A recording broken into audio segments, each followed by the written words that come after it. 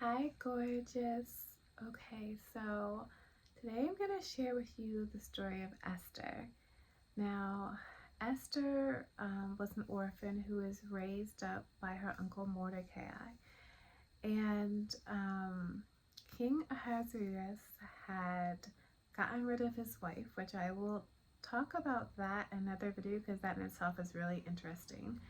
And once this dude came to, and yes, I'm just going to talk about an everyday language. I'm not going to talk about an old thou type of language. I'm going to give you the story like me. So you're getting a soul cooked. Um, you're getting me, an authentic me telling you this. Um, and it's a story I think everyone should know. And once the dude came to and he was lonely and realized that he had just gotten rid of his wife. He didn't kill her. He essentially was made into a concubine or locked away somewhere, just completely put away because she didn't do what he wanted her to do. And he went to his nobles, the wise men that serve him, and he's like, I'm lifeless, which is really his fault. And so they said, what you'll do, they said, no worry, Yana, no worry, King. Go ahead and collect all of the beautiful maidens that are in the kingdom. So that's what he did, is he went around the kingdom and every single unmarried, young, beautiful girl, maiden, he took the most gorgeous ones and he put them into a house. It's probably several houses because he got all the ones in the kingdom. So he probably had a whole compound of these women. And these women would spend their time preparing their bodies, preparing themselves in order to spend one night with them. This is in the Bible. It's Esther chapter 2, I believe. It might be Esther 1 and 2. I think the end of chapter 1, beginning of chapter 2. But it's in the Bible. It's in the book of Esther. And Esther only has a few chapters in it. Even from all of the chapters, Esther doesn't have a ton of chapters. And he would sleep with each woman. And then in the morning, they would go to the concubines. And so the concubines were the women that sexually served him. And so because of that, or he used them for sexual service. So because of that, they were reserved exclusively for him. And then he would have eunuchs, which were men that had their towers cut off. Sorry. Had different parts of them cut off so that way they wouldn't endanger the woman.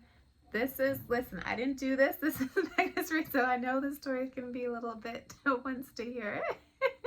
Probably record the story in a better way, but yeah. So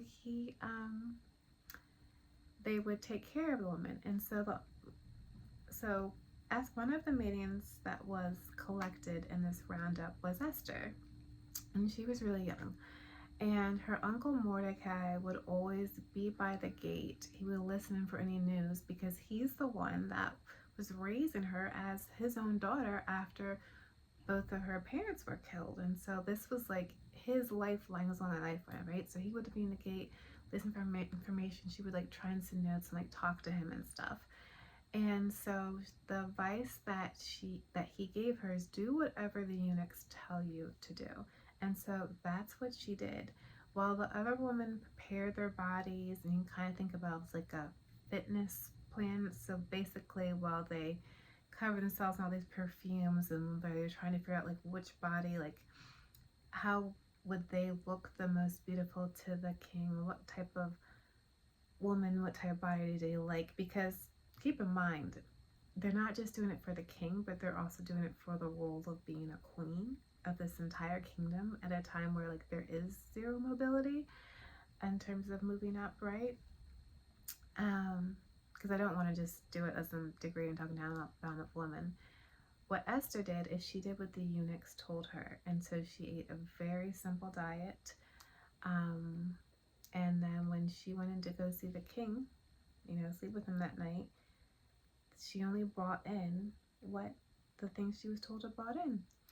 And she ended up being the one who was made queen. Now the Bible just says that the woman went into the king the night and they left in the morning, but that's why. That's why. The Bible says it very delicately, and then you're like, oh, that's why the woman was going into the king in the evening and left in the morning. This is why. There's something that happened in the middle. But ever since learning the true story of Esther in Sunday school class, I have made it really my life's mission to reclaim the story of Esther.